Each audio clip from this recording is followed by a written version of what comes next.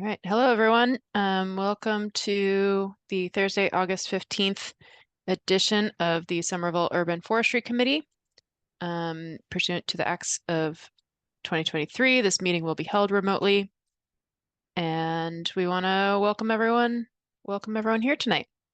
We will start with introductions. We'll have everyone on the committee introduce themselves, and then we will do some housekeeping and then see who we have on the line from residents. So we'll go in alphabetical from first name order. So I think Allison is our first. Hi, I'm Allie Bernard, and I'm a tree enthusiast and certified tree keeper, and I'm an associate member of the committee.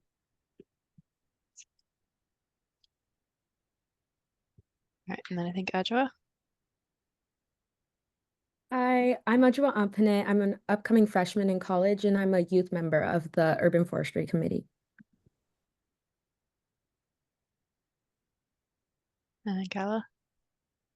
Yeah, I think I'm next. Hi everyone, I'm Kala Taylor. I'm about to be a senior in high school at Somerville High School, and I'm also a youth member. I think I'm probably next. I'm Chris Dwan. I'm a local activist, and I'm a member of the committee. Very enthusiastic about seeing what this committee does next. I think that's me. My name is Doris Jenkins. I'm a climate resiliency engineer and certified arborist and a member of the committee. And then I'm next. My name is Leah Grossman. I'm a landscape architect and one of the co-chairs on the committee. And I'm excited about getting people excited about their trees. And I'm excited about the rain that is providing for the trees right now. Am I next? I think I'm next. Yeah, go for it. I'm Marion Davis.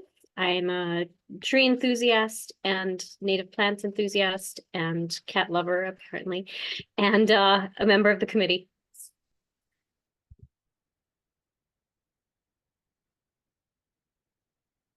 Michael. Hello, my name is Michael Hendricks. I use he, him pronouns. I'm also a tree enthusiast and I work in emissions accounting. Hi, my name is Tori Antonino. I'm a co-chair, ecological landscaper, local activist, and second the rain.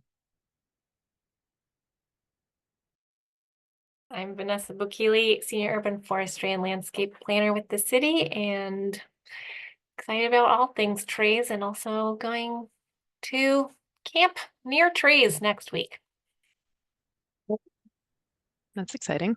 Yes. Great. And then as part of our meetings, we really want to be engaged with residents and folks who attend. So at this time, I think Vanessa can promote you to a panelist. And if you are interested, you can share your face and your voice with us. And we will, I guess before we get to resident concerns, do we have any housekeeping items we want to address? We do. We have, unfortunately, 2 members that this is their last meeting. Oh, no. This is Chris's last meeting, founding member, amazing participant. Don't know what we're gonna do without him. What do you want to say? A few words, Chris? Sure. I was worried that somebody would ask me to say something. Yeah, I went back through my notes and I have not less than 900 emails that contain the phrase Urban Forestry Committee, dating from 2017 to the present. I cherry-picked some of the high points and I made a little timeline, and I am just so thrilled with this, where we've come in the past 6-ish years. I found my application for the committee, that we've all submitted an application to the mayor, and I said some stuff, like past me was pretty articulate, it seems. When I've spoken with other environmentally aware residents about our priorities, making this committee effective was consistently at the top of the list. It fills an important gap in the ongoing dialogue between the city's administration and its residents. working together, I believe we have a chance to be incredibly impactful at a critical time for the city's ecosystem. And looking at the way we run now, like we did it. The administration and local activists and local people who work in environment and urban agriculture meet every month and talk about things that are important. And I feel like we're really influential. Like I went back, like the first meeting was May 16th of 2019. So I did make the 5-year mark, which feels like plenty for any single thing to me. And just looking at this 10-person quorum and this incredible group of people, I am absolutely thrilled to be leaving the committee in good hands. I will absolutely be still be around. I may drop in on meetings, but keep it going and make it even better. That's what I say. So thank you to everybody. Thank you so much, Chris, for all that you've done for this committee. And current you is also very articulate. You have a way with words and summarizing, you know, the things that we discussed for a long time. You put it so concisely and elegantly and something we can all agree in. So I don't know what gonna miss you a lot. We're gonna there will be a big hole for the next person to fill. You know what happens when a hole opens up in the canopy? Something else gets light. That's true. Thank you. Thank you. We are also losing Ajwa, unfortunately. She is moving on to college, so we've been lucky to have her for a few awesome months. Wish we could have done the process sooner and had you on the committee longer, but you know, thank you for all of your service and all your time on the committee as well. Yeah, thank you so much for having me. This was a really great opportunity. I think especially coming into Somerville as someone who hasn't lived here all my life, I think that the environmentalist community here is super strong and it really strengthened my passion for environmental science. So I'm really grateful that I've been able to join you guys, even though my time was short-lived. Yeah, hopefully I still see you guys around, but thank you so much. Can we ask where you're headed? Yeah, I'm headed to Dartmouth College in New Nice. Hampshire. Thank you. Congratulations. Thank you. Oh, well, that was a bittersweet way to start the meeting. And yeah, Chris is definitely going to leave a big gap. And I think I'm going to send you an email about sharing all the memos you've written over the years. Add it to the archive. If we lived our life right there on the website. But yeah. Should all be there. Yeah. All right. I just want to say, Vanessa, like I second everything you said, just the way Chris can see us all, in motion, having the discussion. And then it's like chapter and verse, like, okay, here's what happened. Here's the impression and here's a potential solution. What do you think? And I that's a quality we can find in a future member that would really be helpful. So thank you for demonstrating all those skills and just being a wonderful person to work with and being a wonderful person. Thank you. Yeah, I'd echo all of that as well. This could just be a Chris Dwan toast for the rest of the meeting. Why not? But yeah, if we have time at the end, we can keep telling highlight stories and hear some of your early experiences. But at this time, let's open it up to resident concerns. I see we have a few folks in the attendance. Feel free to unmute yourself, say hello, share anything that you want to share with us. Yeah, I see Vanessa. Another Vanessa. Hey everyone. Yeah, let me just add, I feel like being on an urban forestry meeting with Chris Dwan, I feel like I'm in the presence of local celebrities. So I'm glad to catch the last one. Thanks everyone for everything you've been doing for, I know, a long time. I just had two questions. One is I've noticed on a bunch of local trees, there's like a blue spray painted dot on the trees. And I'm wondering if that signifies anything from the city or anything like that. So I just wanted to ask that. And then I had one other question, but can always come back to me. That's an easy one. I think I forgot to respond to your email about That's that. okay. Sorry. You're Totally saying I'm fine. remembering. I read that somewhere. The blue dot is on an ash tree. That means it was treated to protect it against emerald ash borer. Blue is this year. We do a different color every year. So the bright blue, it's very cute, pretty blue. I want to find that spray paint color, but yeah, those are ash trees that were treated this year. We're treating all our healthy ash trees on a 2-year cycle. Awesome. Thank you. Mm-hmm. The other quick question that I had is that a neighbor approached me recently. So I live on Quincy Street and there was a tree removed relatively recently for safety reasons. And my neighbor said that he had communicated with the city and that the city said they don't intend to replace a tree in that location or anywhere near it because it's near a power line. And I'm wondering if that's correct, or that would seem to me to cover like a lot of real estate in the city. So I just wanted to ask and clarify that too. We do look at each location where a tree was removed to make sure it's still appropriate. Being under a power line is not a reason not to plant a tree. I plant a bunch of trees under power lines. I do try to stay at 5 to 10 feet away from a power line pole. So I don't remember if that location had a pole there. That may be what they're talking about. That was a pretty big tree also, so I'm not sure we can plant in the exact same spot because there's probably remaining stump and roots. But if that's the case, which it likely is, then I'll try to look for a good planting spot nearby as close as I can.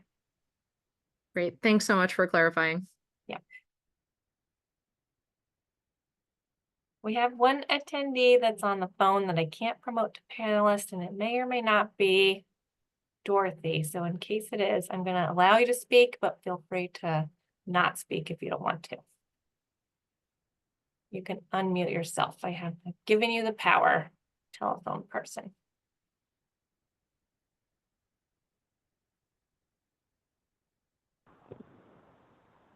Hi, can you guys hear me? Yes. Hi, this is Dorothy. Hi, Dorothy. I'm a member of the committee, and I'm a tree enthusiast, and I am on my way to be among the trees in central New Hampshire. But I am in Maine right now, and I'm going to have to depart early. I apologize because I have a 90th birthday party to attend. But yeah, I'm happy to be here as long as I can. Awesome. Thanks for joining us. And also seeing in the chat, Kala has to leave at 6. I think we should still be fine with quorum. So, any other resident concerns from folks on the committee? I have one, and it's totally fine to say, so the question is, there's a tree in my neighborhood that is obviously sick. I think it may be a Dutch elm. And then there's another one and it's on private property. And then there's another one that's on private property that has like one little scraggly branch still alive and the whole rest of it is dead. Is there anything that we can do to encourage those folks to get those removed, or is it just like private property dead and dying and we have to let it be? The city doesn't doesn't go out and make those recommendations. But unless it's endangering public property, so if there was like a dead branch or dead tree overhanging the sidewalk, then we could ask them to get it removed, but otherwise we don't send out notices for that. Okay. Chris, is this a snag opportunity? A who? A snag, like when you, like dead trees, dead trees are extremely important for so many creatures and fungus. So I've been convincing my neighbors to cut this, leave like a 10-foot, if possible, 8 or 10-foot snag or stump. Okay. And I'm just wondering if that's a possibility. I think they're adorable landscape features myself, but I don't know the situation. It's just wondering if that would be an opportunity for that. I will make that part of my meditation, to see it as a beautiful thing that's useful and not this dead mangled tree that's just in the way. That's a beautiful framing. I will aim for that. Bonus points if you plant some native climbing vines around it. Mhm. Yes. Some VC, some Virginia creeper. Yeah, Virginia creeper. I still want to plant trumpet creeper even though it's pretty aggressive. Sometimes aggressive is good. Yeah. Great. Also seeing Rob and Malik have joined us. If either of you want to say hello, you're welcome to. And sorry, Chris, are you any other thoughts on your tree? You're good? Cool. Didn't want to cut you off.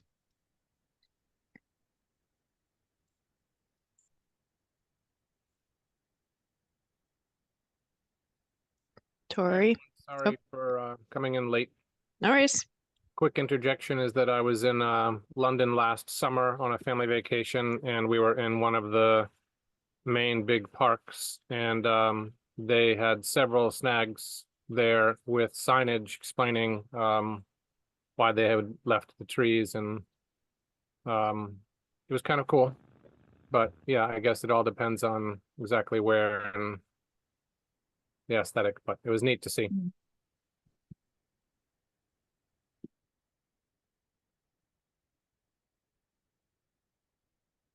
And Rob, do we call you and Allison, what do we call you? Associate members? Yep.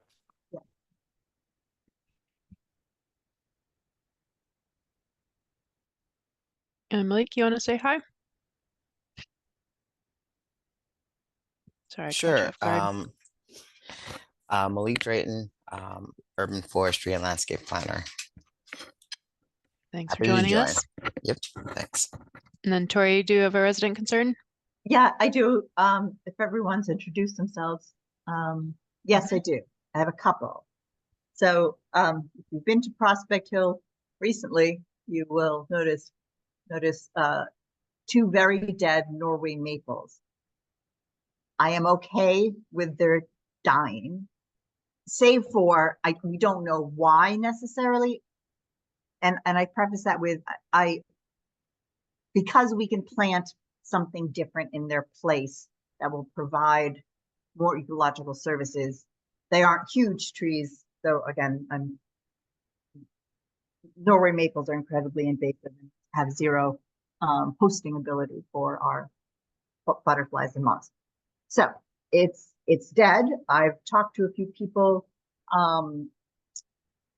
It's possible that the trees can have, like, after a lot of construction, like, they can die a few years out. So one going theory is that the construction from the Prospect Hill renovation years ago is catching up with these trees, and that's just one theory. And Vanessa, I don't know if you have other theories. So all the leaves are now brown and falling off. And I think it's just the two Norways, and they're on the opposite sides of the castle. So it's just very interesting. Vanessa, I think people have reached out. Do you have any? Yeah, info? there's no obvious signs of like damage or people doing something weird to the trees. The grass around it's normal, so some of my ideas like poison or methane don't add up based on the other green around it. So it could be, a variety of factors sort of compounding this year with the drought, or not drought, but the heat and high heat, and it could be some construction impacts for sure. There was construction, there's that one Norway that doesn't look great near one of the dead ones on the sort of left side of the tower, and that had just as much construction damage. So it's not like just that, but it could be an impact that, combined with other factors caused death. I've seen other random trees in the city die this year for no reason, some crab apples, some Norways. So I don't know what's going on either. These particular ones. Yeah. Our best guess is the tree amigos is like a combination of factors, construction, heat, maybe, maybe there was some damage in the roots and some pests or fungus got in that way and in those particular trees, but it's a bit of a mystery, I agree. So to follow up with that, I have a request. This is from Renee, and I support this. And so we really would like that to be replaced with native straight species if we can test it out in that area. And I would even propose a grove of trees. There's a river birch right next to the Norway, and get a stand of a few birches, maybe throw a gray birch in there. I think stands and cosps of trees are going to help our tree communities thrive better rather than putting just a single tree.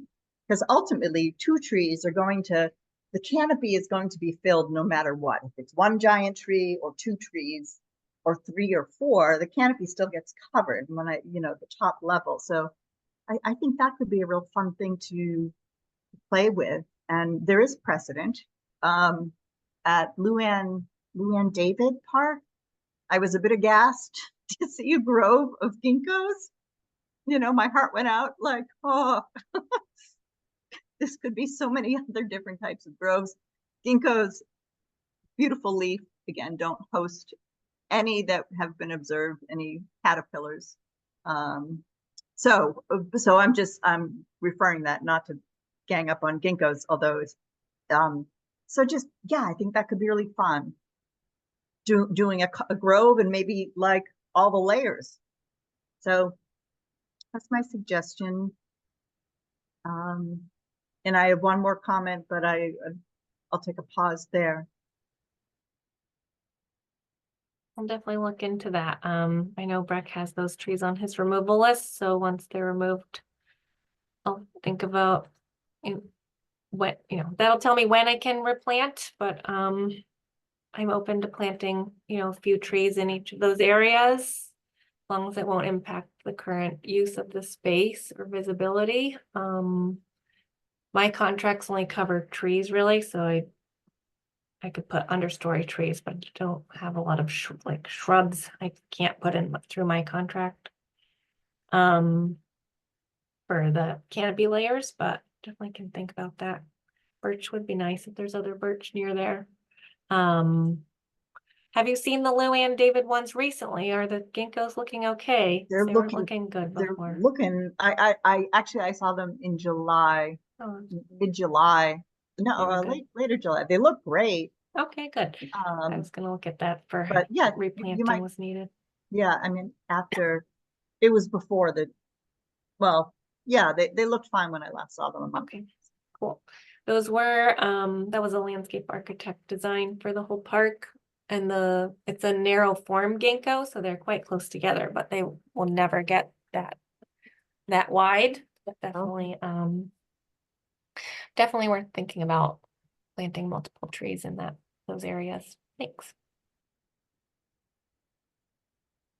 There are a lot of native plants at that park. I would only plant native plants in parks, no problem. And then I have not opportunity, but yeah, maybe opportunity that I can bring up later in the agenda, but I'm throwing it out there about wood reclamation because it's not really a resident concern, but it's related to what you just said or what you were just talking about. And I want to talk about it later in the agenda. So I can hold on that. Any other resident concerns? So I kind of bought a new property when I think most of the trees got taken down, all but one. And I wanted to plant some more trees. And I was a couple that I was really trying to consider were evergreens because of their age capacity. So they're not necessarily pollinator plants, but I think they could live 200 years. And that really speaks to me. The idea like having a tree around for hundreds of years. So I was just wondering if the city has recommendations for where residents could procure such trees? So I know there's been some things in the most recent meetings, like trying to avoid ones that are pre-treated with insecticides, or things like that, and maybe you want to avoid that. But I just didn't know if the city had recommendations for where residents could go if they want to, find trees on their own. But I don't think I'm looking for like a whole landscaping design. I'm really just looking for like some giant tree or like potential for giant trees. We can't recommend specific vendors or anything like that. Someone in public space and urban forestry is working on a list of nurseries and has checked with some of them for whether or not they use neonics. The list is not ready for prime time, but I could potentially send you the list of all of those nurseries. I'm not sure that will help you very much. Hopefully Tori might have an idea. I find that New England Wetland Plants has really good trees and shrubbery. I mean, that's just one of my go-to places. You can get them cheaply, but they're not going to be as big. They're going to be maybe between 1 year old and between like 3 and 6 years old. Personally, I love to watch things grow. But I don't use conventional nurseries as much. I mean, but then you have Native Plant Trust that has, 10 feet trees if you want them. I got a white pine and a pitch pine there earlier this year, and now they're growing in tubs, so they're only going to get a certain. They're going to be, contained in size. But that's always, a great source. Yeah. And I love we have some great native hollies. I want to start drawing from our Cape Cod, our South Coast ecosystem. Yeah, I'd echo those recommendations. And then there's a lot of other nurseries, but yeah, the confirming neonicotinoids is ongoing, but some good news on that front. Vanessa and I were at a conference a few months ago, and this came up a lot throughout the conference. And so now the Boston Society of Landscape Architects is going to be forming a subcommittee to basically tackle this issue, which is very exciting.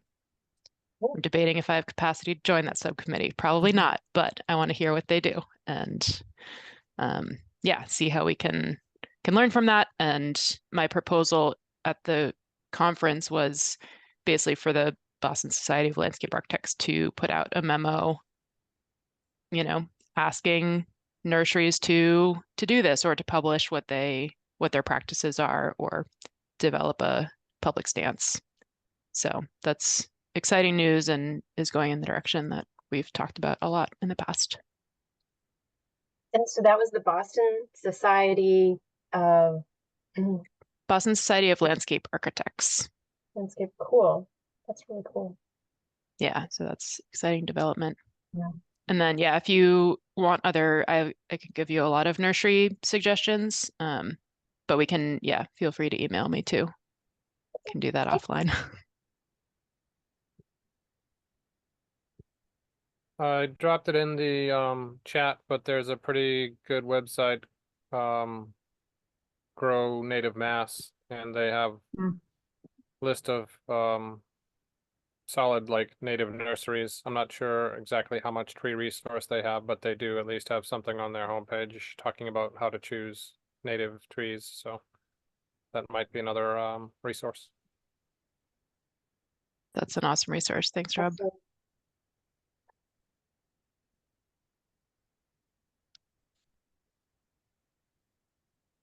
And Tori, did you have another? I did. Just was looking at Facebook and got a Joe Lynch from Somerville Media Center posted, and just gonna read the post with a little bit of editing. Says developer, I would like to build 4 new luxury condos, please. City of Somerville. Okay, sure, but you have to protect some of the existing trees you are required to save. Okay, sure. And then he shows all these pictures of these trees like being mangled, and one of them, they're excavating a lot, so they buried the tree like about 6 feet from the ground, which might be a like totally legit way of protecting a tree. So I imagine so you might know more, but there's just a little outrage, and people are like, oh, it is what it is. And I'm like, you know what? This was just posted an hour ago. So it's at 35 Richardson Street. And that's something you on your for the Tree Amigos on your expeditions around the city could check out. Of course, if they die, it doesn't mean they saved them, right? Like They would have to pay for them if they die. Yeah, they would have to pay for if they die. So yeah, Someone alerted me to that today, and I'm gonna tell the property owner that that's not okay. I reviewed this property's green score, and they were supposed to protect all those trees that are saving. So I'm gonna ask them where their tree protections are and demand that they follow their approval conditions. Do you see that though? Like someone protecting a tree by No, that's not burying it? no, that's not unacceptable. That's a tree killing method. Slow death by slow suffocation. So no, that's not protection. Yeah, they're doing it wrong. Get him, Vanessa.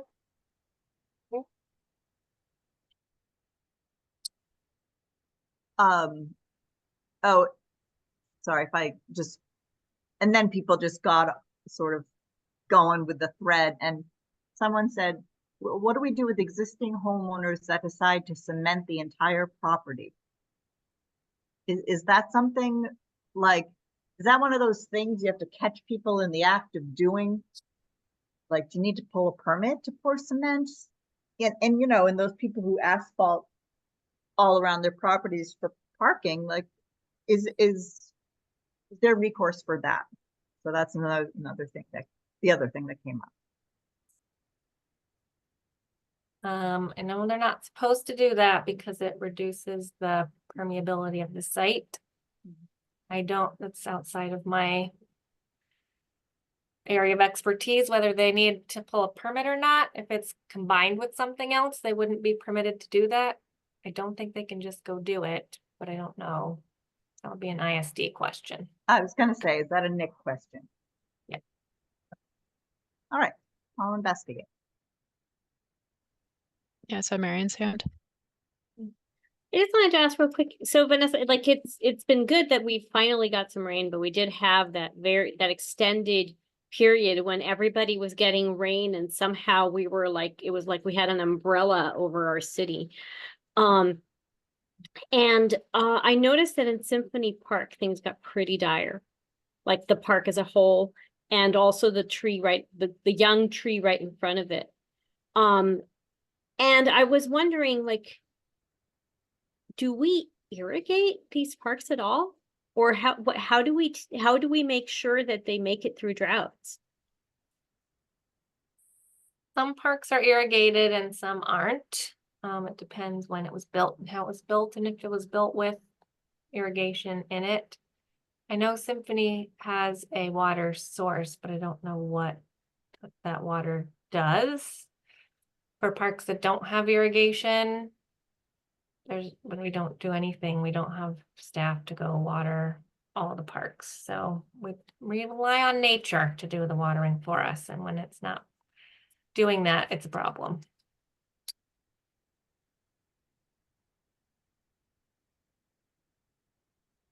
Hope for rain.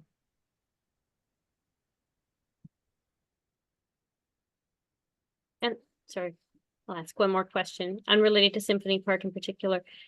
do we have, I mean, is it part of our maintenance deals with the people that, with the contractors that plant the trees and that maintain them for the first period? Is part of the deal that they're supposed to weed around them? Because I've noticed just like I wonder little that too. forests under them. Yes, it is in their it is part of their maintenance, but they usually don't do it unless I specifically tell them to.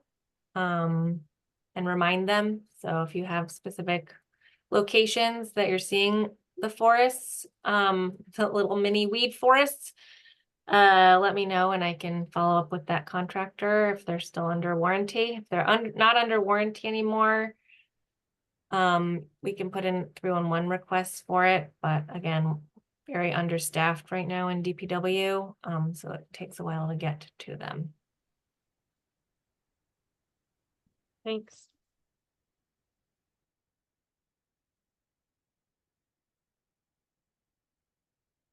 Can we arm residents or like people on the committee to kind of have permission to weed or like prune or the suckers that pop up and just really don't seem to be getting attention? Yeah, we're very reactive mostly with those things. So like the pruning happens when it's requested. But you can absolutely weed some wells. You know, the challenge is removing plants that are beneficial. So it's good for folks who know what they're weeding, but when they get out of control and are growing to the sidewalk, they can at least be pruned back if nothing else. So feel free to weed. I try to use my Seek app to see if a weed is a weed that we do or don't want before I tell the contractors to go remove it. So if you're not sure, that I recommend using an app or something. For pruning the suckers, technically, you can't prune a city tree without permission, but for suckers, that's fine. If you guys want to, if anyone here on this call wants to prune suckers at the base, that's fine by me. Just do it, carefully so you don't damage the bark of the tree trunk. And if you leave little piles of stuff around, then people will notice and get grumpy about it. So you just have to clean up after yourself.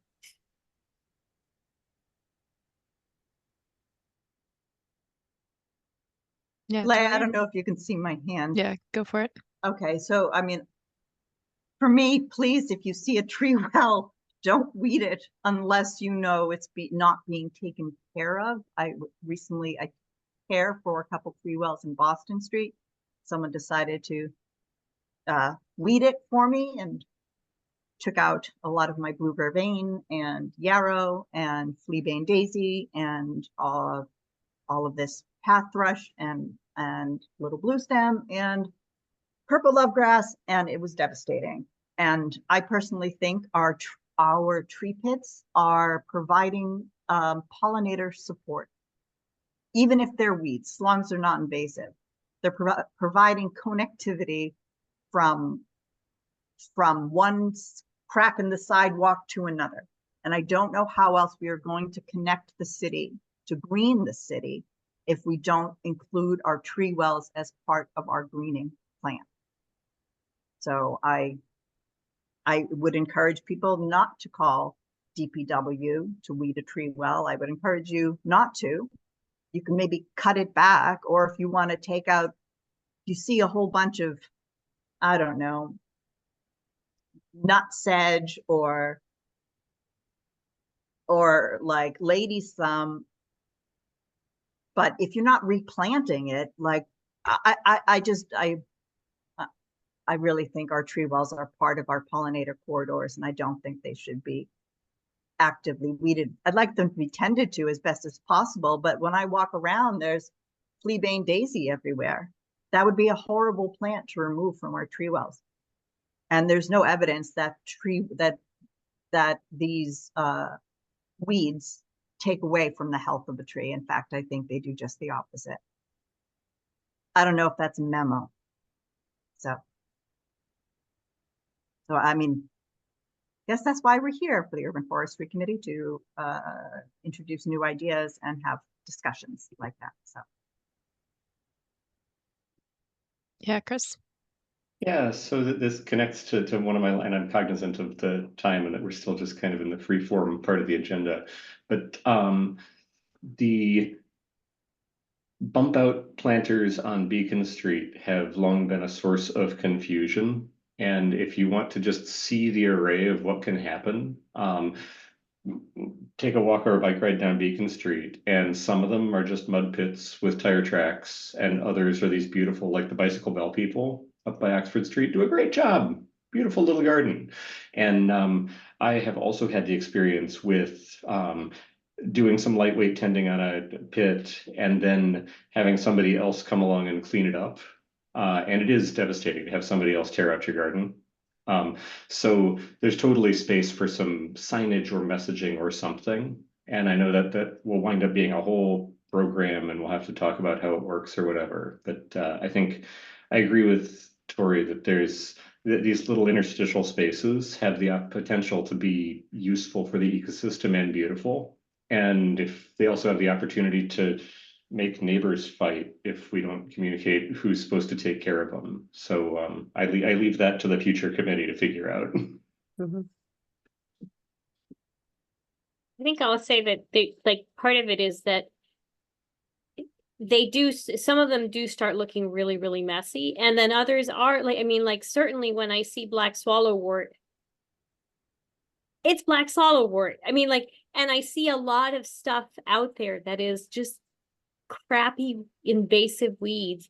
So maybe there are some other things, there are other things where I don't know what to do. So I just kind of like ignore it. Like I ignore it most of the time. But I agree with you that there's good uses for those spaces. But I think that right now it is basically whatever the wind carried, which is not really, for the most part, great plants.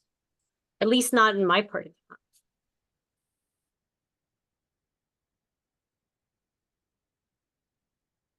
Vanessa?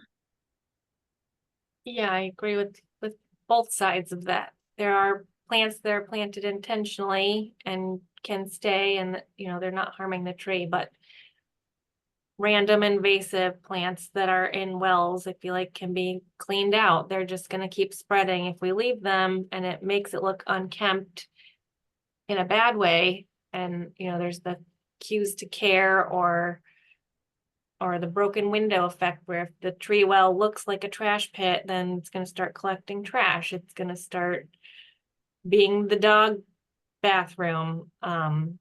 So there's, you know, leaving the leaves that are intentionally, I mean, leaving the plants that are intentionally planted, but removing the ones that obviously no one's caring for. And it is this, you know, it's a difficult thing to determine if the plant is there on purpose or not, which is why I use my little app.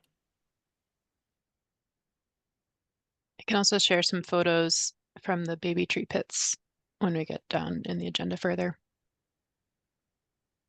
I All right, will well, say, yeah, go ahead. if there is weeding done, just to, you know, sprinkle some yarrow in there, sprinkle some fleabane, because currently those pits, unfortunately, I do see a lot of tiger moths. Saw some on some of that smartweed. I was picking it up, and the tiger moth caterpillars, those fuzzy bears, falling off.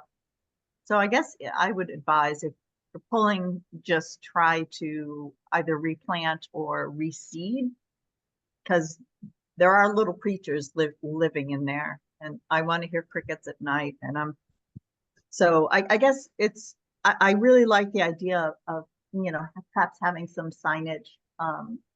And I would also suggest for every tree pit, because that's where dogs do go, I put a rock in all my tree pits, like, so there's constantly dogs there, and a lot of plants, even the vervain and path rush, are just fine, and they're, you know, absorbing the nitrogen, and they're helping to filter out waste that doesn't get picked up. So I not only are tree wells opportunities for pollinators, they're opportunities for dog pee stations. So when you put a rock there, then they don't go on the tree as much. in my experience.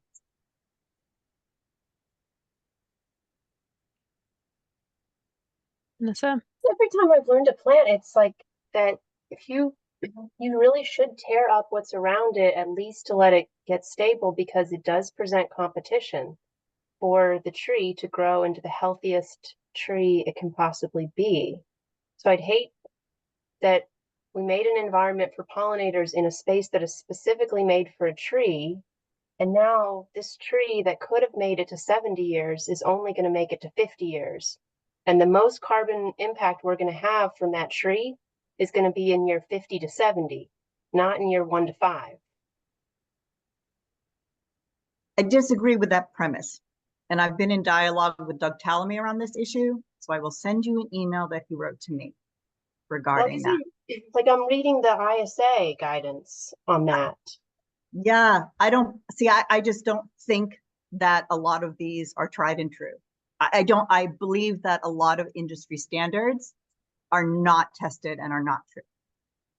And I trust entomologists and natural native habitat rather than what industrial standards say. I mean, I think we can agree to disagree.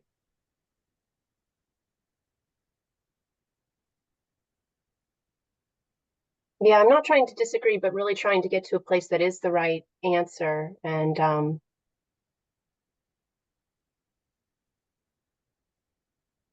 I always learned that it would compete with the tree, and it would take resources away from it if it was too close to it.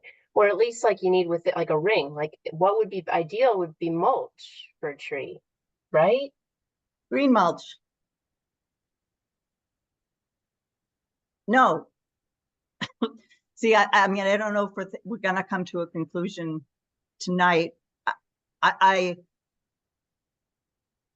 No, I don't think mulch holds in moisture as much as green mulch does. I don't think green mulch is competitive with the tree. I'm just looking, I mean, perhaps this is something that needs more research, as you mentioned. I just say real quick that not with trees, but with shrubs and with a very specific plant that I am sure Tori would not recommend. But I planted I planted 2 hydrangeas and had what's it called? Vinca around them. Or I had Vinca around one of them and not Vinca around the other one. And the amount that the Vinca stifled the growth of the one that had it was just shocking to me. And so I definitely hear what Ali is saying, because I think that it matters what is around there, and getting some additional knowledge. And maybe this is something that we should investigate a little bit, because it is valuable to know. Like, I definitely don't want to have deep-rooted things that are going to be strangling our trees or stifling their growth, while at the same time, I think that bare dirt is the worst. I want to have as much life as possible everywhere.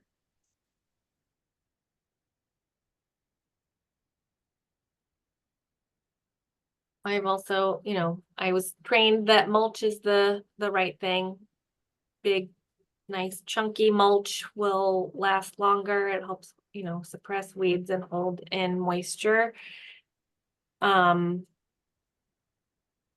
guess through this committee and stuff, I feel like potentially very short growing greenery would be a fine alternative, something that's not deep rooted and not growing very tall, that's sucking up a lot of water from the tree pit, but something, a small layer of green things, I think would be okay. It is going to take some of the water, of course, but it can also help hold some of it in. So it may be, evens itself out. This is just based on logic, not on me reading any science. So I, would love to do more research too. I do think that I believe, and correct me if I'm wrong, but like Doug Ptolemy and stuff, he's not doing a lot of research or investigations in 3x10 tree wells. It's more in natural locations. I don't know if that's incorrect or not, but that's my sense. So it's, Somerville is a really hard place for trees to grow. So the tree wells, having a giant weed growing there with a tree is definitely going to be taking up a lot of water. Things are invasive and weedy because they're very good at taking advantage of the resources in tough situations. So they're going to be pulling water away from the trees and nutrients from the already poor soil. So no. So my they're opinion. holding in nutrients, and they're sharing their nutrients, and they're holding in water, and they're sharing their nutrients with the trees. There's Doug only so Talamy much in the goes into soil. this in he goes into this in he says he's written a lot about it in The Living Landscape with Rick Dark, talking about why mulch is not the right way to go. So I have that book, and I will look into it. And he doesn't just do, wild stuff. He works on landscapes. Rick Dark is his one of his partners who does pretty shishi landscapes. And again, I'll look at it and maybe have some, more information for next time. Yeah, I think this is a really good topic. And I think again it comes back to our test tree pits as a test we could look to. I have like a few moments of thoughts, and then I think we should put this into a agenda item or a working group for the future. I think everything that everyone has said is valid, and I think the challenge, as Vanessa said, is that we're working in a very unique condition. And I think every tree species and understory species is also unique. And so it's about creating native plant communities where, if this tree grows with this understory plant out in the wild, they're probably evolved to grow near each other. And if we have, like black walnut releases things into the ground that don't let other things grow around it. So there's a lot of ways that our trees and our understory interact with each other. And I think there's a lot more nuance added on to the fact that they're growing in a very tight urban condition. And so I think both like ISD or arborist standards, as well as looking to the native landscape, is challenging because we're not working in either of those sort of pure environments. So I think it's important to consider that, but without droning on too long, is it okay if we move to our agenda? I think I see Dorothy unmuting. Do you have a comment? Yeah, I was just curious, I'm throwing this out, is that I feel like we learn a lot from these conversations, but there's also a lot we learn and then we go out and get, I don't know, talk to other people and stuff. I'm wondering if there's an opportunity to once or twice a year kind of do like a lecture or a debate or something with people from different perspectives to talk about this, because if we're not the only ones that want to know, and I'm not sure how many people read the notes from these meetings, but it might be one way both to educate ourselves, but also educate other people in the city. Yeah, that's a great idea. Yeah, love that idea. I would love more educational opportunities. I think that'd be really fun. Awesome. Thanks, Dorothy. All right. With Leah, that, I just have one request. I can't see people who are talking. If I like post the agenda in the chat, could we see each other? Because I mean, if you agree with that. Yeah, that's fine. You can also change your view. There should be like a gallery, and okay. then you can slide the bar so that the share screen is much smaller and the people are much bigger. Okay, that works. Awesome. All right, should we shift to updates from the city? First with city tree removals. We haven't seen a new list, so as far as I know, Breck's still working through that last list. Probably wasn't on the list, but there was some dead trees behind the skate park in Lincoln Park that got removed. We're gonna be replanting that area in the fall. I'm working with the tree crew to plant that area. So other than that, that's all I know. All right. Should we shift to private tree removals and exceptions?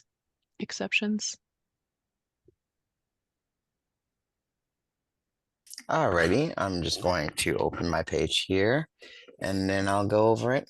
Let's see. There it goes. Here, perfect. Okay, so I'm still updating this list, as you probably could see. I've been gone for the last half week because I went to the ISA conference, and a few permits have come in now.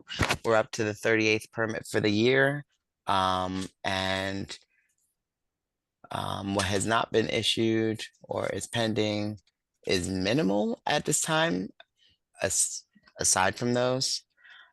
So we have 149 Perkins, 146 Morrison, 89 Monroe, and 34 Wheatland. I'll fill in these details. You'll see them if you check back later today when I'm done adding information to the sheet. And then for exemptions, I believe the last ones we've seen was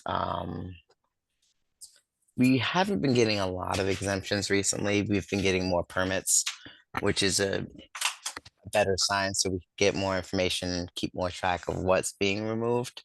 So it's just 125 Jake Street, 500 Mystic Avenue, which is SHA property. I have a contact there. He called me. He proved that the Norway maple was dead, and I gave him his removal exemption. So he had some Norway maples between the two properties that were an issue. They were all both invasive and in bad condition. So there's that. And then there was another dead pine on Powerhouse Terrace. So that's pretty much it for exemptions. See a hand from Chris. Yeah, since you gave me kind of an opportunity to editorialize, I'm going to take it and just say that until 2019, we absolutely had no process for regulating the removal of trees on private property. Didn't exist in the city. And when we started talking about it, because it seemed like a real good idea to get out in front of it, a lot of people told us that it couldn't be done. Like there were a lot of stakeholders who were like, nope, that's private property. It's the way this is America. You just have to let people cut down their trees. And here we are talking about it like it's no big deal. And we've been doing it for years. So if somebody tells you that you just can't, it's always been that way, don't necessarily believe them. It doesn't take very long before you've got a Malik walking around collecting permit money and insisting that people replant. Like we can totally change the law, and this is an example. It worked. That's awesome. Thanks for that history and context. And yeah, it's exciting. And the fact that I feel like the numbers, maybe this is just, high level, but it seems like there's less. And I don't know, from your perspective, if people are more receptive, because now we've established that it's a thing. And so people aren't surprised by it as much anymore. That might be optimistic, but. I mean, the thing that I have learned about that is that new people arrive every day. And so you have to meet people where they are. Like I've been in this for however many years. And so I feel like everybody should know the whole history. And there's always somebody who has moved in from some other part of the country and just doesn't know that we have a tree ordinance. And that's, some days it's incredibly frustrating. I feel like I repeat myself. But you have to repeat yourself because people who are from places that are not where we are surprised that we are where we are. And it's like, nope, this is 100% normal. It's the way we do it.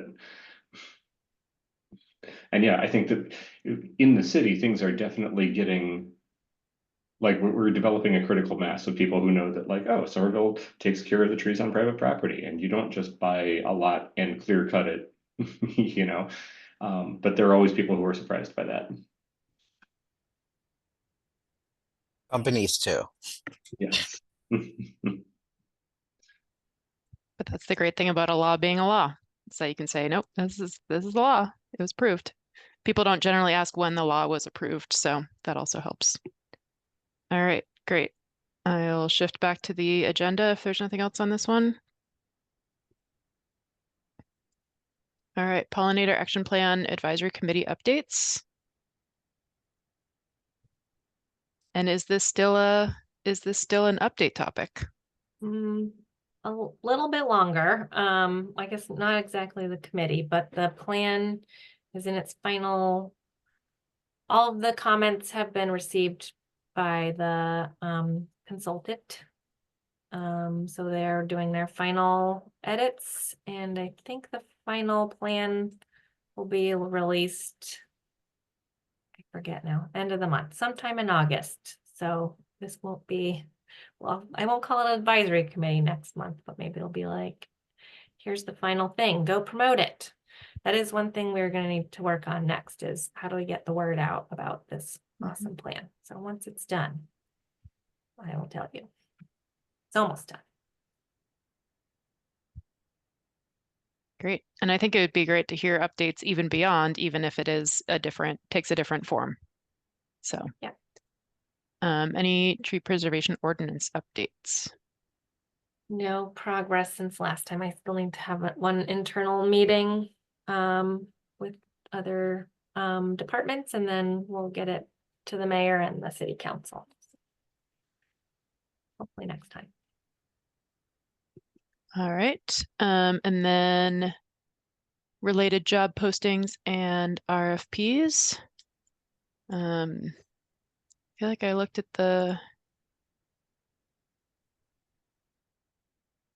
email recently, and it looked like there were a few, but not a ton. Tori, did you catch your eye? I didn't see. I didn't see any. DPW, some laborers, OSPCD planning is, just make sure I didn't miss. They're still looking for a plan. Oh, yeah, I don't see any. So does that mean that we have a new Arn and Courtney? We do have one new person in public space and urban forestry that started a few weeks ago. Okay. Filling the junior position parks planner role. Her name's Meg. She's great. And we have extended an offer for the senior planner position as well. If all goes according to plan, they will be starting at the end of September. It was publicized, right? It was on the jobs listing last time. Yes. Is it Louisa? Louisa. I figured she might. Well, I thought she might be. Arn is head of the department, was head of the department, no, right? Louisa's head of Louisa the department. Is. Oh, okay, I got that mixed up then. Yeah. And the RFPs, I didn't see anything except I was just looking at the closed bids again, and the horticultural position, there was a notification of cancellation on the 8th. And is that going to come back online? Vanessa, do you know? I don't see it in the open bids right now.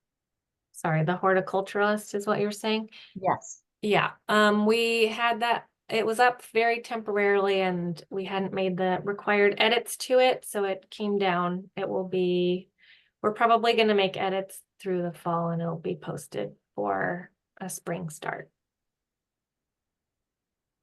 And so currently we still have Pemberton. Yes. And do we know if we can give them a heads up for leaving the leaves in some of the parks? Yeah.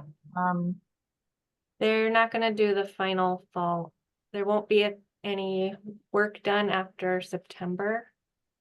So I think the leaves will be staying. wow. Leaves left by default. Yeah. But we are, one of the things we're gonna be making edits to the bid to incorporate suggestions made in the pollinator action plan, so that we're sure that we're creating habitat for all of our native pollinators. And if it's appropriate and aligns with the time at our next meeting, or is there a good time for this committee to review that, I guess either before or after, before to give comment or after, just to be aware of what the new RFP will include? Yeah, we can review it when it's out. We don't usually have committees Probably comment not on our before. our RFPs, but Yeah, happy that to makes share sense. what is in there for sure. Perfect. That sounds good. Any questions related to jobs, postings, etc.? Does anybody know whether the tree crew is at full strength? I do know that answer, and no, it is not. We had two, we lost one, we gained one, so we're back at two. Okay. It's better than zero. A lot better than zero, and they do lots of important things, and we hope they stay. Awesome. Yeah, having staff and having staff that stick around is the single most impactful thing in terms of making a department effective. So I'm always asking after whether jobs are filled.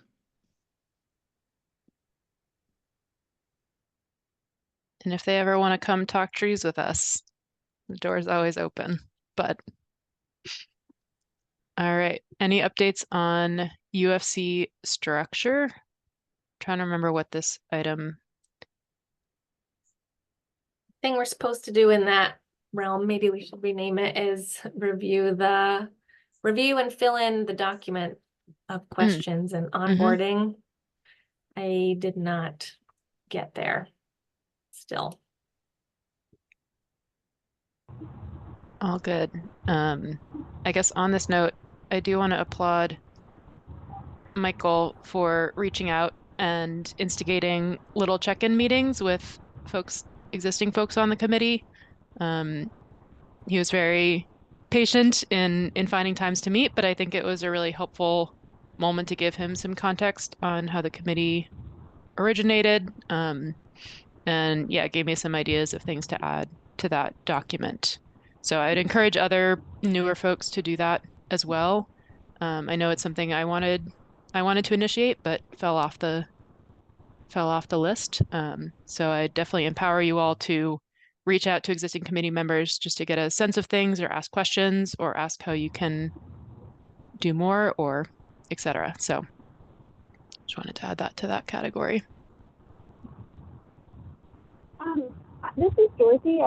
Sorry, I can't tell what people are doing, so I apologize if I'm interrupting. But on that topic of this list of questions for new people, because it seems to be hard for all of us to get to it in between meetings, I'm wondering if we just tackled like one question a meeting if we could, or try to like fill it in. Yeah, that's also a great suggestion, just taking it one question at a time. And do we want to try and tackle one now? Or I'm also looking at our time, but we probably have time for, let's do it. Let me pull it up on the side here. And I will also, when I was chatting with Michael, I remembered that we have a sort of resource Google Drive that we share with new members view only, and it has some past memos and other resources for the committee. And so I will make sure everyone has a link to that. A lot of it is kind of out of date at this point, but if there are other things you want to see in there, you're definitely welcome to ask us. And I think just the co-chairs have access to editing it to keep in compliance with open meeting law. So, So you could you add that link to the document as the yeah, resource? I think it's hard with emails to keep track of everything. That's a great idea as well. UFC overview and startup. Here we go. All right, so, oh, actually, this is a good one. I don't know if we have to do during the meeting, but we could at least tackle number 2 and see if Chris Dwan could help us with the origin story before we lose your insight. This one feels like a on topic. Maybe we can just take a few notes here and then we can buffer it up later. Does that seem like a good one to? I mean, if people are interested, I could also just write it. Like, I'm open either way. I'm happy to assign that one, if that sounds good to other folks. Yeah, I will just say that the short takeaway is that things move way slower than you might expect, and that's not because of any malfeasance or bad actors or people who don't want to be doing the right thing. It's just like the wheels grind slow. And I found an email that I wrote wishing happy birthday to, like, happy 18-month birthday to the law that created the committee. And still we were waiting to have the committee seated because it just takes forever to figure out who's on it and how it's going to meet, where it's going to go and whatever. But yeah, I will just say that the highest goal for the committee was to be believable and useful both for city staff and for activists.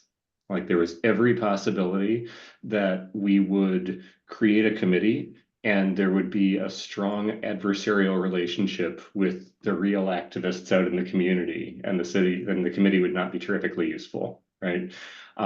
And a lot of the practices that we evolved over the years are very, very intentionally to make this as useful a place as we possibly can, where it's still a respectful place that, like, city staff don't dread coming here and activists actually find it useful. And that's not an accident, and it wasn't necessarily a foregone conclusion that it was going to work.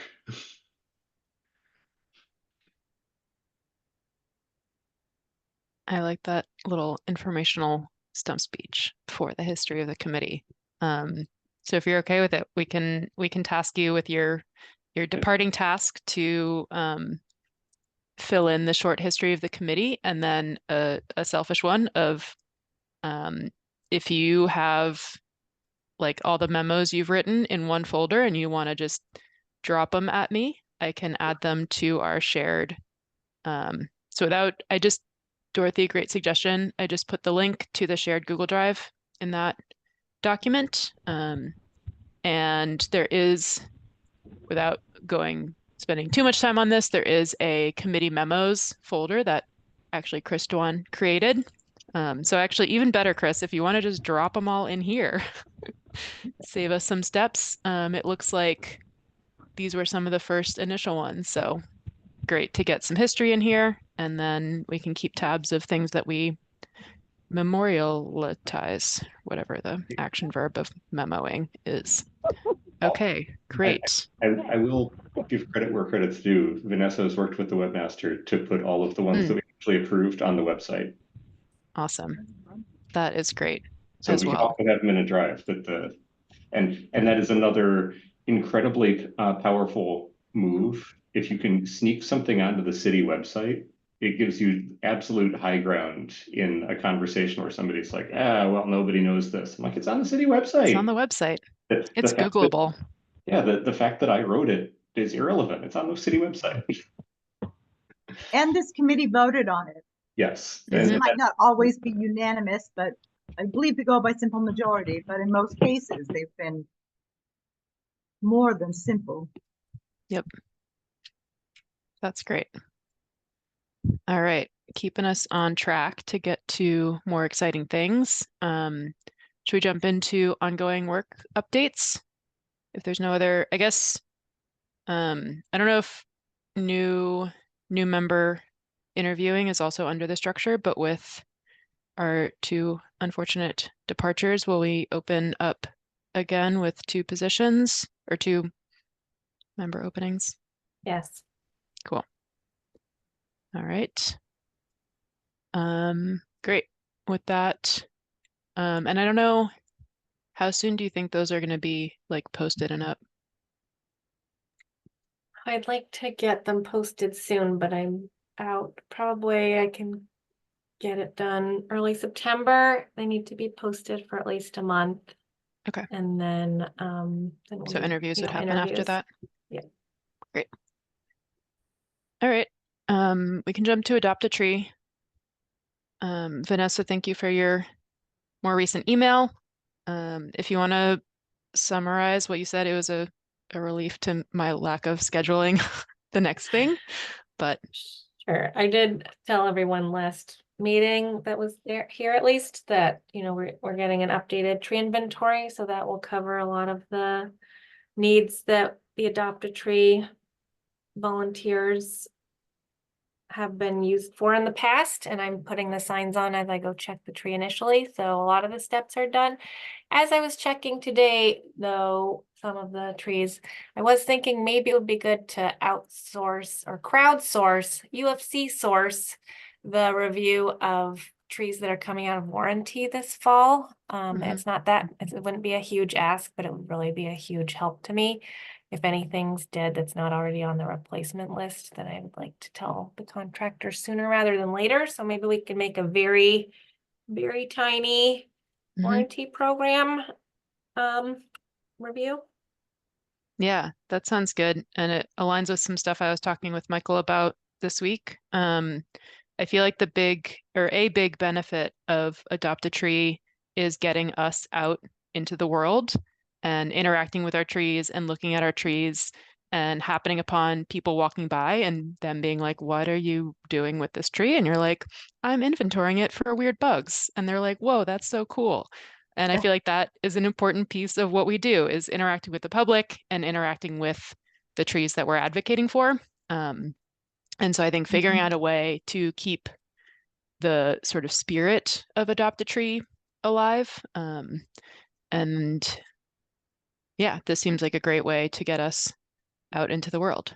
So I think that's a good idea. And then, yeah, Michael?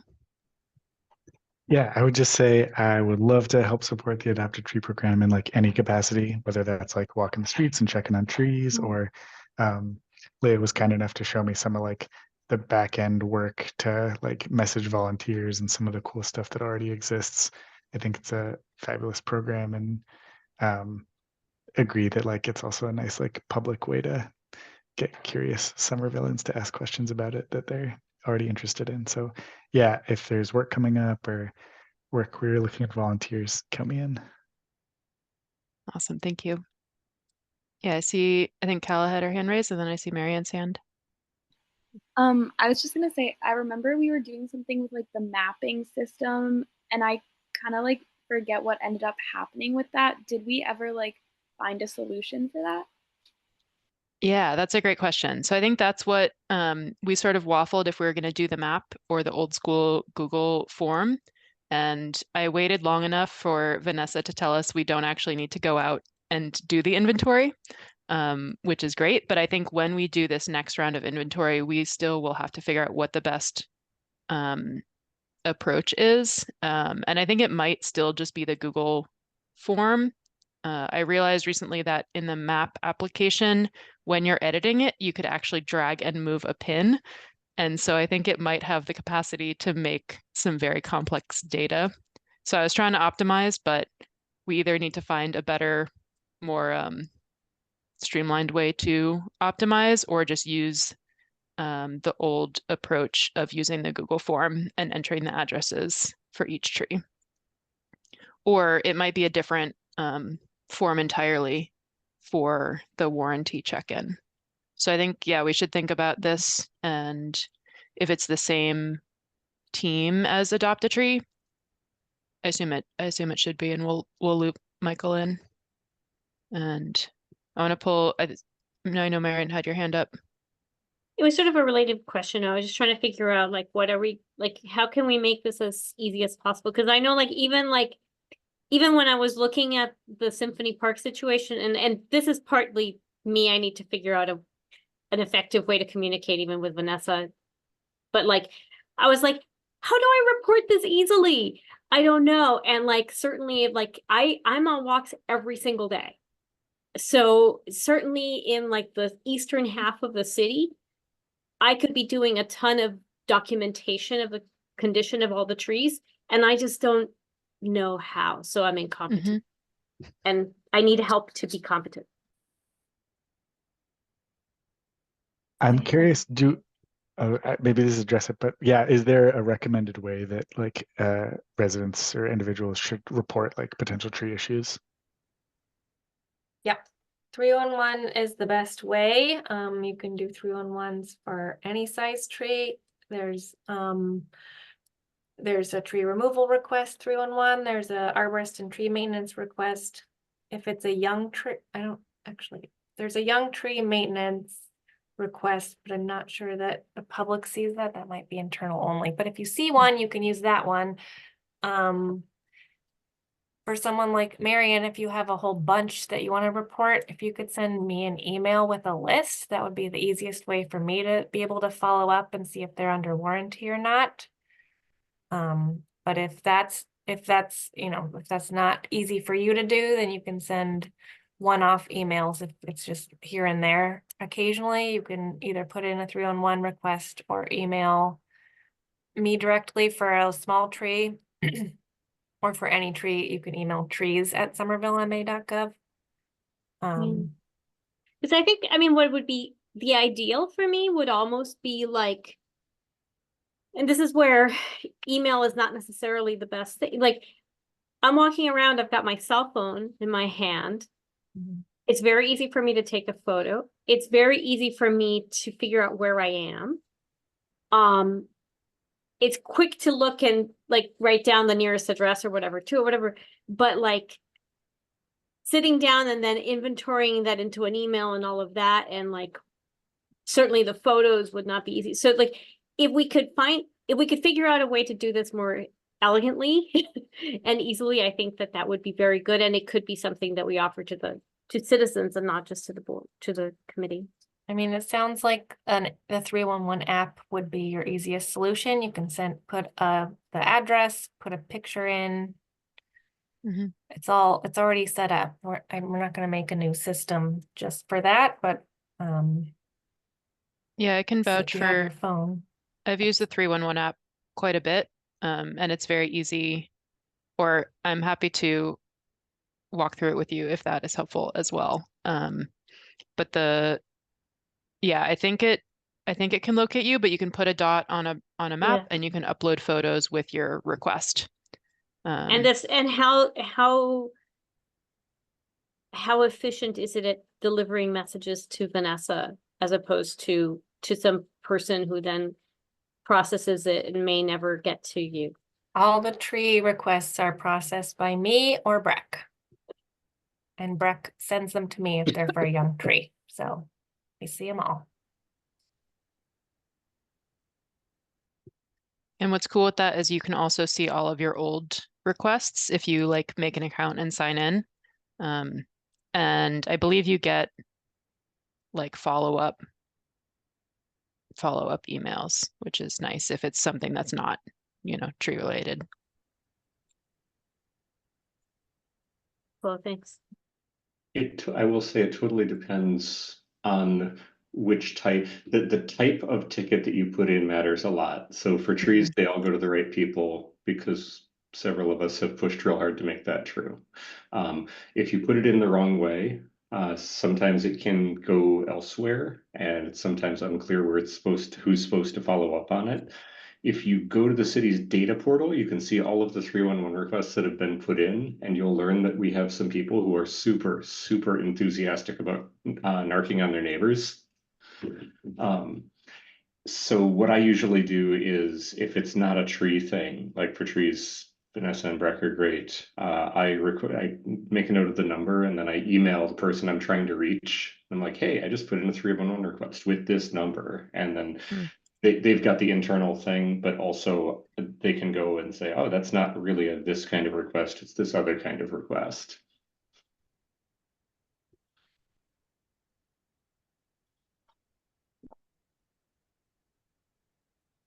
Cool. Michael, do you have a follow-up?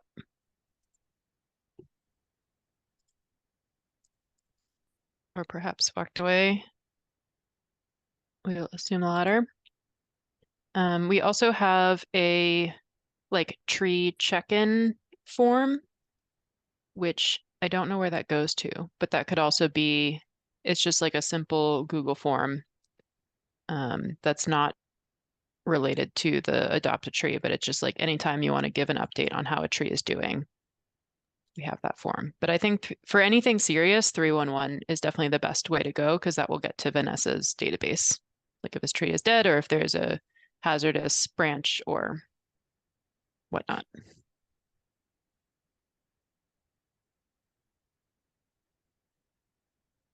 All right, should we shift? Any other questions on adopt a tree? I think the conclusion is that there's no big adopt a tree push as we've done it in the past this year, but looking towards the fall, we'll do some sort of revised tree inventory. And that's not to say we're not putting out tags for people to adopt trees. Just as a committee, the big push to go inventory trees will be adapted for getting trees before they run out of their warranty period. We are getting a lot of active adopt a tree folks adopting trees, and I would love, we've talked with Michael a bit and would love to talk to other folks on the adopt a tree group about making our emails more exciting and getting more folks involved in engaging with folks who have adopted trees. Yeah, Michael? Yeah, one last thing.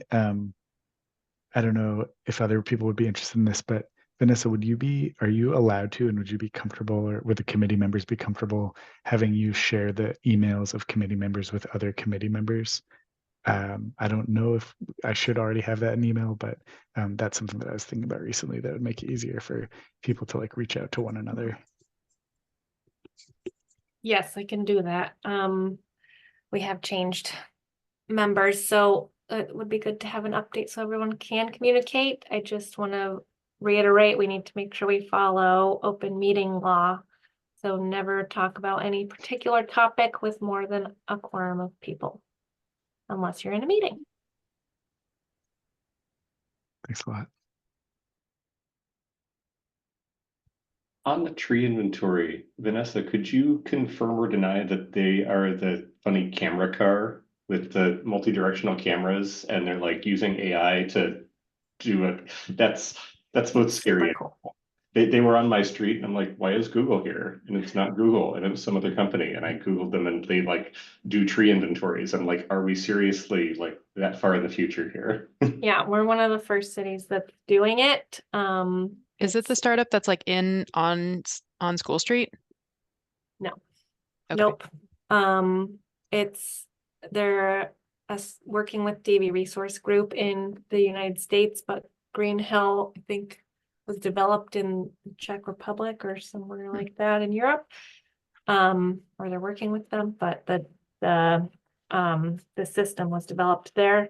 So it's called a smart tree inventory. They're doing LiDAR scans of all the trees and 360-degree photos. So we'll be able to see the trees from different angles. And the scans are being used to make digital twins of each tree so that we can see the structure of each tree within our tree inventory and highlight specific features that we want, hey, tree crew or contractor, this branch right here is the one I need you to trim.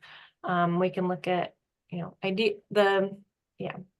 There is potential other applications for this, if we do scans in the future again, but currently we'll be able to see the branch structure and the size of the canopy, the height, the distance. It's very cool and I'm super excited. That's awesome.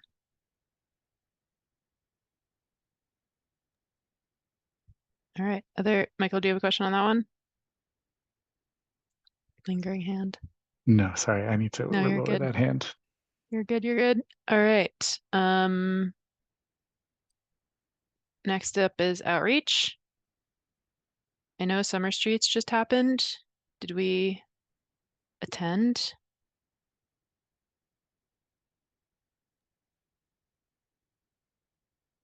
Sorry, what was what? Outreach is next up.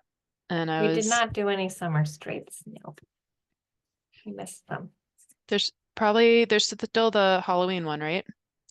Yes. Is it too late to sign up for that one? I don't know. Probably not. No, I'm sure it's not. Do you want to sign up?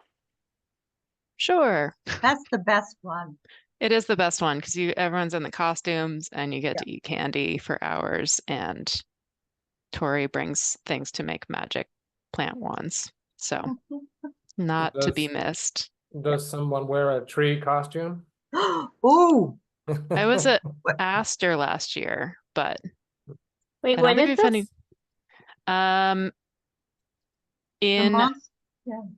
In October. It's usually around Halloween. But looks like it's on October 20th. October 20th.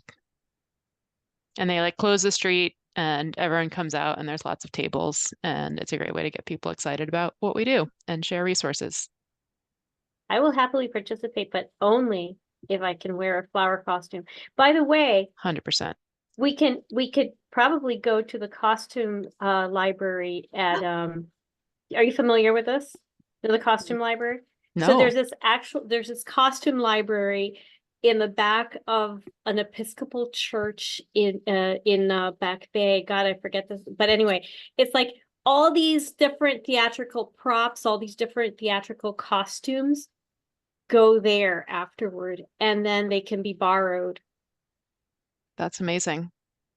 We are now all better off for knowing that information. I live to educate. And that sounds like a resource we can share at the event, even as absolutely. Yeah, it's right before. Yeah. I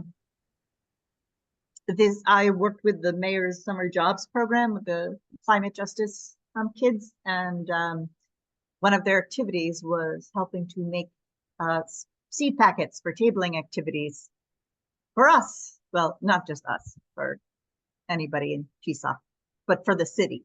So that's awesome. Got a bunch, and we have pollinator headbands, pet cleaners, and anyway, yeah, it's a good time. And we get people on the tree list. Mm-hmm. I just signed us up, so put on your calendars. October 20th is the date. The rain date, the 27th. Great. What time of day you'd probably like to know? I would love to tell you, but I lost it. It's usually noon to 6. 2 to 6. 2 to 6. Oh, nice. Not bad. All right. So at our next meeting, we will make a schedule and folks will volunteer to attend a portion of that. And usually if we have enough people excited about attending, we can make it a meeting if everyone wants to come so that we can all be there together. We definitely did that in the beginning, but we don't have to do that anymore for events like this. Sweet. We're allowed to be coexistent in the world. Cool. And what's the name of the event again exactly? I can drop a link in this chat. Summer It's called Streets Monster Mash. Cool.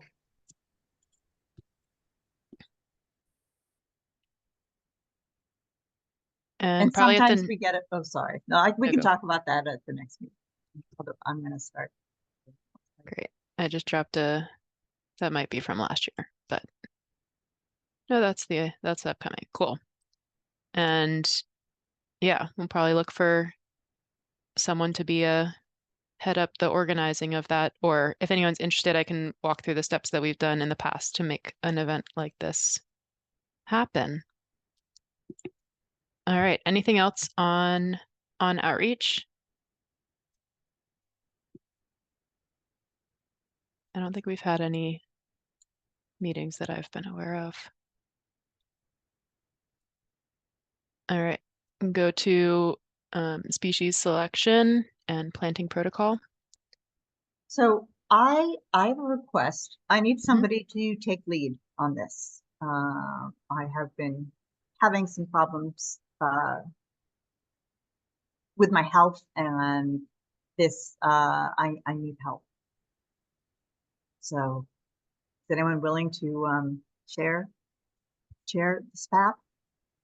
The SAP? Oh, for species selection Yes. specifically? Yes. Could you provide a brief overview of like what this project is and like what are the outcomes? So species selection and planting protocol, what we've done in the past, for example, is to come up with a list of plants to hand out at events that say, here are suggested plants that you want to plant in your garden. What the goal we have right now, or one of the goals, is to work on finding our magic unicorn of a native tree that fits under the wires, that has a chance of surviving in these really small spaces that are, you know, like the like tree pits that are not as extensive as we would like them to be, or very close to buildings. So pop tree is on my list. I have a few ideas, but my organizing side of my brain is not totally working right now. And the other thing we've been thinking about is what is a mechanism that we can do to get trees into people's yards, to get especially native trees into people's yards. They have they do it in Cambridge with the green team. No, it's not the green team. It's with Green Cambridge. So like money is given to Green Cambridge, a nonprofit, and they then the tree crew can plant on private property. So how do we facilitate that? I think those are the two outstanding things on our list of Very interested in helping that with that. Awesome. Yeah, it's been me and Tori, but if someone wants to take a lead on that, and yeah, I'm also happy to keep plugging on it, and then I can provide some updates too. But Vanessa, did you have something to respond to about the private? Yeah, I didn't realize that was one of your guys' goals. I've been working with the OSC. Office of Sustainability and the Environment has a new position. I forget what it's called, but the person who is there wanted to get involved. So she's helping me get a back of sidewalk tree planting program going. So she's been working on documents for that, so we can start that soon. I'm also working with the Mystic River Watershed Association on some grants they've gotten for tree planting in our community and in others. And they're going to be doing, if I remember correctly, like 50 or 60 trees on private property, and then some trees on public property too. So I'm working with them on that. So progress. That's amazing. All native Vanessa, plants too. All native plants. Amazing. Vanessa, I'm curious, how do they need permission from the city, or like what kind of capacity like are they looking for your help for that? The Mystic River Watershed Association, they have a model where they're going to, it's like a train the trainer model. So they're getting some community leaders to learn what tree planting is about, how to do it. They will be involved in then trying to figure out how to recruit people to want trees on their property and provide the information. So it's kind of unclear how much I will be involved, but I'm definitely part of the team that's going to help with that. To some extent, I don't want to put too much on my plate, which is great, but I'm gonna, make sure trees are being planted well, and maybe help with some of the trainings and help find locations and make suggestions for species. And for the public property ones, I'll be working on that, finding all the locations, and then our thought at the moment is that the tree crew will do those plantings, and I'll have my contractors water after that. That's awesome. More trees. Yeah, congratulations, Vanessa, and I'm glad Thank you. having that help from OSE. Yeah, it's great. And she's awesome. And having a tree crew. Yeah, that too. If this is the right moment, I did go out. Another thing that SAP did about, I think it was like 2 years ago now. We did the 3 years ago. The small tree training, small tree pits was 2 years ago. I think it was Okay. 2. Yeah. 2 years ago this fall, I think. We went out, and we've probably showed pictures in the past, but we planted small diameter trees in tree pits along Broadway and planted them pretty densely with green mulch, coming back to our earlier conversation. I went out this weekend to weed. I don't think I've been out there in probably close to a year. So they've had very little maintenance and wanted to see how they're doing. They did, I think they are were still being watered by the tree contractors, but they're probably coming up on their 2 years of being planted. It looks like one of them seems pretty successfully adopted. It looked already weeded before I got there, and it looked pretty happy, but I can share. This is one of our oaks. It's the furthest down on Broadway, just past Teal Square. And this was after I weeded it, and I mainly just pulled out the horseweed that was like taller and shading the other plants that we intentionally planted. The tree seemed pretty happy.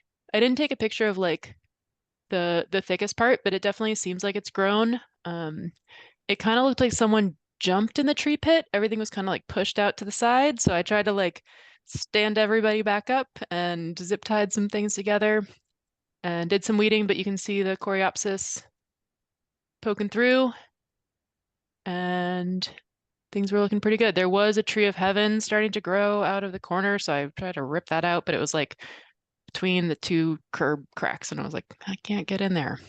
So that'll be something to keep an eye out on. And I think I took one from, oh, and then this was sad. Its neighbor got plowed over.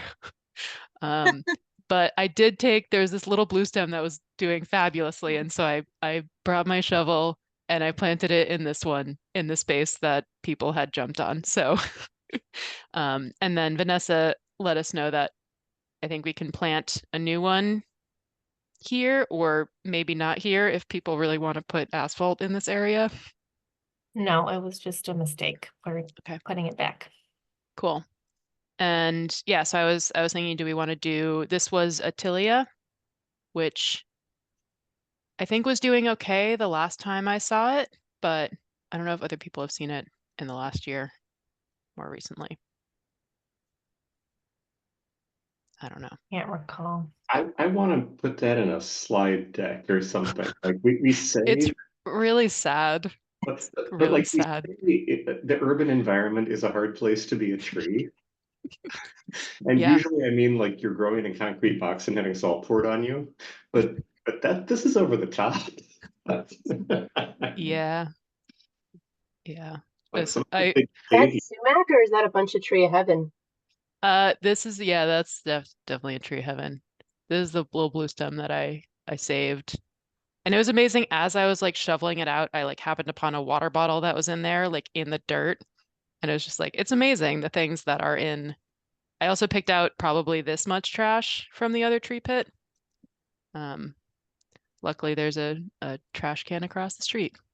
So anyways, that was a little bit of a bummer, but it means we'll get to plant a new tree pit, which would be exciting, and hopefully all the green mulch that goes along with it. And then yeah, this one was doing pretty good. I was impressed. Our fencing is still up and functioning after 2 years. That was something we sort of questioned, like how long is this gonna last? Still going strong. And then this was the other sad one. This is like, but 50% is like pretty good, and neither of them were like natural causes, we don't think. This one maybe, but Vanessa said that the owner next to this tree contacted us. You wanna? Yeah. They said that it was dead, so they chopped it in half to try to revive it. I'm not sure where they got their information about how trees work, but it's not working. So I'm gonna put a new tree in there. Yeah, so this one seems like it did. I mean, based on the leaves, it seems like maybe just the drought did it in. I didn't see stakes or a tree bag or a fence on this one. So that is interesting. This is the rest of the tree pit. Like the rest of it's pretty lush. But yeah, someone took the fence down. Maybe that means more dogs were peeing on it. And if someone took the gator bag away, because there were, yeah, no stakes, no gator bag, no fence. So that's a mystery. An oak, maybe it hadn't started to grow leaves yet, because aren't they the ones that keep their brown leaves well into spring? So they kind of look like dead for a while and they emerge late. Oh, that's an interesting thought. They should have But emerged this by was now, like, though. yeah, Yeah, it's too late. This was fairly recently, right? Or Tinctoria's blooming, so 2 weeks ago, or is this I mean, the recent? photo was from Sunday, Oh, okay. but I don't know when they emailed Vanessa saying that they Oh, well, revived it. I don't know either. I wasn't 3-on-1. But probably But not recently. like, It yeah. was recent. Because I they don't know would when they start cut leaking it, but out they in like May. I would not be surprised if this tree is revived. You think it's going to come back? Yep. Oh. Here's my. I'll take Should bets. we Yeah, I would take that bet. Oh yeah? Test it out? It looks pretty dead to me, Tori. But you're a betting man. All right, and we'll end on the last one. This was our Australia. It seems like it's holding on. It's like doing okay. It still has the fence is like, this is the one that seemed like it was maintained. Like, I think the neighbors are taking care of this one. It looked like it had been weeded already. I didn't really do any weeding. It also looked like they had undone the fencing. So I wonder if they were removing the fencing to weed and then putting it back, perhaps. I re-zip tied it just for making it look neat. But yeah, we'll see if this one holds on. So yeah, this is our citizen science data project with no very, data.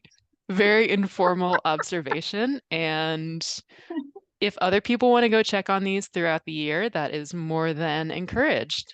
They're all on Broadway. 2 of them are closer to Powderhouse Square. 2 of them are past Teal Square. And I think at some point, not today, because we are very close on time, I want to think about this was a pilot, and I think we should do a little bit of a evaluation and figure out, is it a pilot that we want to keep reproducing, and what would allow it to be more successful in the future. So anyways, today was just for comparing it to a similar tree species that was grown without accompanying plants. So the pilot for this one was to plant small bare root trees with the idea that if they're smaller, they're going to acclimate to their environment quicker and then catch up with their larger tree, and they end up live longer and happier because they had,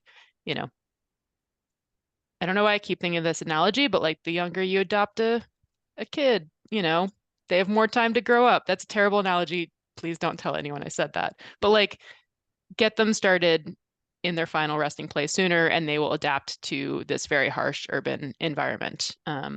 Whereas larger trees, some studies have said, have a phase of being stunted because they grow in the nursery all happy and then you bring them and put them in this concrete jungle and they're like, what the heck? I didn't sign up for this. Yeah, you cut their roots off mostly, you know, Mhm. when they get bald and Yeah. burlap, so that they spend a lot of time repairing their roots Mhm. versus growing. And the theory is, you know, Yep. I have a Right, is 7-year the experiment small or bare root or combining with other species? All three of those is kind of what we tested.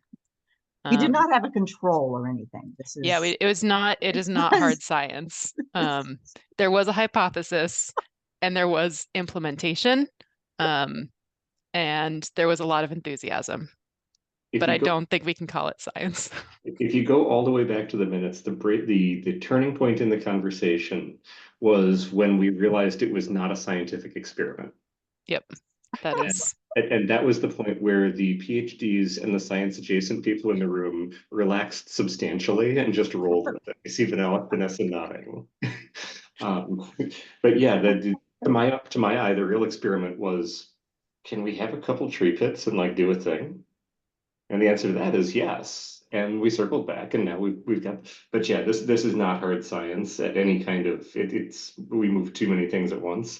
But we tried some stuff.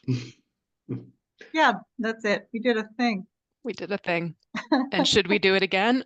Maybe, maybe not. I don't know. You know, I am encouraged. I mean, I think next time going to the nurseries to pick trees out that were actually had better form. Yeah, from had the better get-go. had better form. I mean, Connor worked so he was the impetus behind making this a reality. So yep. But yeah, and that would be. I think this one was pretty good. I think giving them bigger, I think we gave them like baby tree stakes. So they might be able to graduate into having larger tree stakes. And I know a lot of nurseries use the like fiberglass ones that are just attached to the tree itself rather than being staked out. So I don't know if that's something we want to attempt. But again, being cognizant of time, I'm going to shift back because I know we still have some things to cover and I want to make sure we either punt it to the next meeting or cover anything that is crucial for today.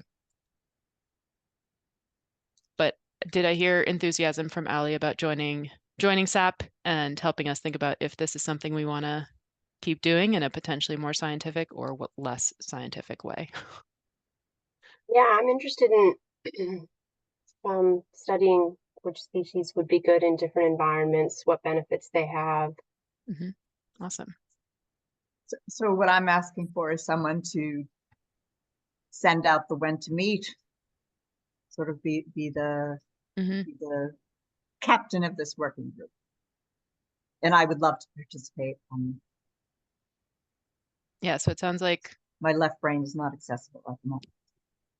I would also advocate for a initiator of meetings. That might be able to be me in the future, but it is not me right now as well. I think the first meeting we will need to set up is to talk about any different species you want me to try for the fall, because I need to select trees ASAP. Oh yeah. So if there's anything outside of the normal things, I need to send a request to my contractors soon. Okay. What's your deadline for them to look? Vanessa? No promises. What do you feel like your deadline is? Me? If we Before could our meet in next early meeting? September, yeah, that would be good. And just a point of process, I'm going to be away for 4 weeks starting this weekend. So I will be entirely useless to this committee, except for rejuvenating my soul. We might want to have a pre-meeting before meeting with Vanessa to discuss potential trees and even looking for places to source them, just to again, Vanessa will give the list of the contractors, but if we have leads, that could be helpful. So that would be my suggestion, but you're in charge. Sounds like Yeah. hopefully Allie and Tori can meet, And Michael? and maybe that- Michael. And I Right. think Rob And might have Rob? expressed enthusiasm. Okay. Rob, I Yeah, don't count I in could, terms of quorum, so that'll be, we're easy to Apologies, add. I can't. Oh, okay, maybe I misheard then. I think I we're could play pulling a Michael part. into adopt the tree. Heard right. Cool. All right. And are there any other items we want to talk about tonight, or do we just have time to approve past meeting minutes? It seems like we kind of have trouble getting to a lot of things at the end of the agenda. Should we maybe like start where we missed, like didn't get, at the next meeting, or? Oh yeah, I see I that think is we were Michael's thinking of doing suggestion them in for the this chat. meeting, but then there's a couple of things we didn't get to again. Yeah, and I know you have a few of these items at the end, Allie, so we definitely want to make sure we get to those. I think that's a fair, we'll probably have to, I don't know, do something. I think we could definitely just flip the ongoing work updates. Maybe they rotate and each month we start with a new one, or one that has, definitely one that has active stuff to talk about. We should talk about that one first. I don't Yeah, think and we I need think to vote to rearrange the agenda in this way. So I think that's a good idea. Let's start with the things that you sent around next time, Ellie. Yeah, Michael had some good thoughts on the champion tree inventory. So I'd love for him to be able to share that at the next one. Awesome. I will also share that the new co-chairs are nice to a fault. I used to be mean about the rambling that happens at the beginning and just pushing it to another agenda. I have to learn from Chris and grow my hard shell to push I'm more. I'm certain it's possible to do it without being mean, but like a lot of those things deserve to be on the agenda so people can prep. Yeah, that is a great reminder.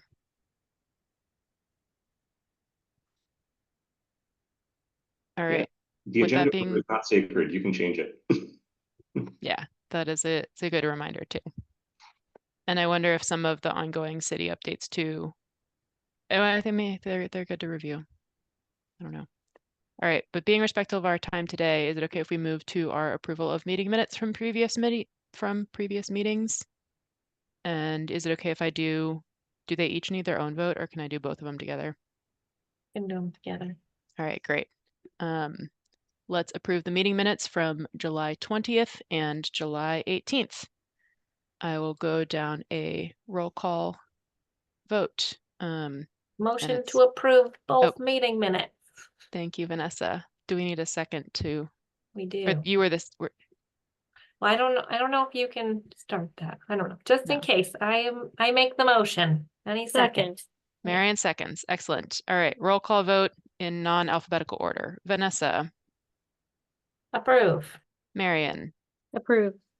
Tori. Approve, best minutes in town. Chris. Approve. Audra. Approve. Doris. Approve. I am abstaining because I was not at either of those, unfortunately. And then Rob and Allie are associate members who did not vote on minutes, if I have that correctly. Cool. And does Malik vote? No, I don't think Okay. he's in that Great. capacity today. Those minutes were approved. Excellent. Well, thank you, everyone. And thank you so much for staying a few minutes late. And thanks for coming to this meeting. And we look forward to seeing you next time. Bye, everyone. Bye-bye. Bye, Thanks, everybody. Love you, Chris. Bye. We Thanks, love you, Chris. And Chris. Adjoa, thank you so much for all Thanks, your Yeah, work. thank you both. Best of luck, Adjoa. Thank you so much. Bye. All right. Can I ask a really quick question? Oh, sure. Yeah, so I finished taking the notes, but I just wanted to make sure. So we didn't get to the McGrath Highway or like the GLX stuff. Okay. So I'll Yeah. just like didn't get to because no Yeah. time. You can Okay. say tabled. That means, yeah, we didn't talk about it, Okay. even though we Audra, didn't bring it up. do you know what you're going to study yet, or going to just sample? I think I'm trying to study environmental policy as of right now. Yeah. Awesome. Okay. Thank Follow yeah. your heart, okay? Thank Follow you. your I heart. will. Yeah. Thank you so much for having me also. This was really great. Been a pleasure. Thank you. Yeah, and I'll send you the notes. Sometimes I might have to rewatch, but Okay. I can send you the link. Does the link automatically get sent to you guys? No. Okay. If there's just little things to fill in, Audra, I can do it, but I'll send you the link in case you want to fill anything in. all right. Well, thank you. Bye-bye. Thank you. Bye, everybody. Bye.